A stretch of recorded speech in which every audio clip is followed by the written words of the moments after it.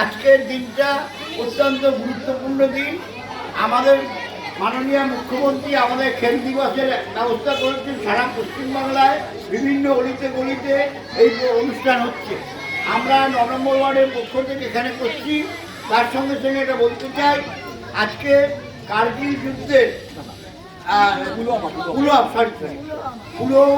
পুলওয়ামায় আজকে 2019 সালে 14ই ফেব্রুয়ারি এই দিনটি আমাদের কিন্তু মর্মস্পর্শী দিন, আমাদের সকলের দুঃখের দিন।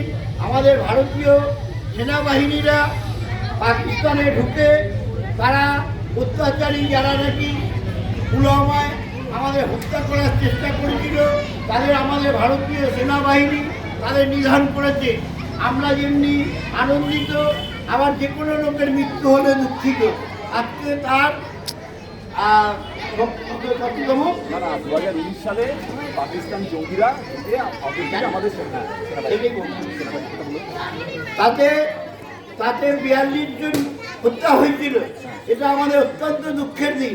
আজকের এই দিনে তাদের স্মৃতির প্রতি শ্রদ্ধা নিবেদন করতে আমরা 1 মিনিট নীরবতা পালন করব।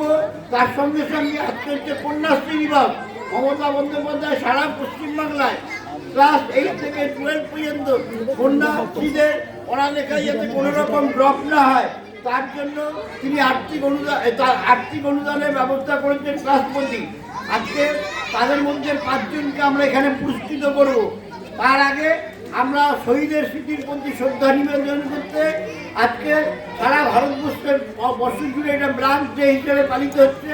আমরা এখানে পালন করব 1 মিনিট আমরা নীরবতা পালন করব।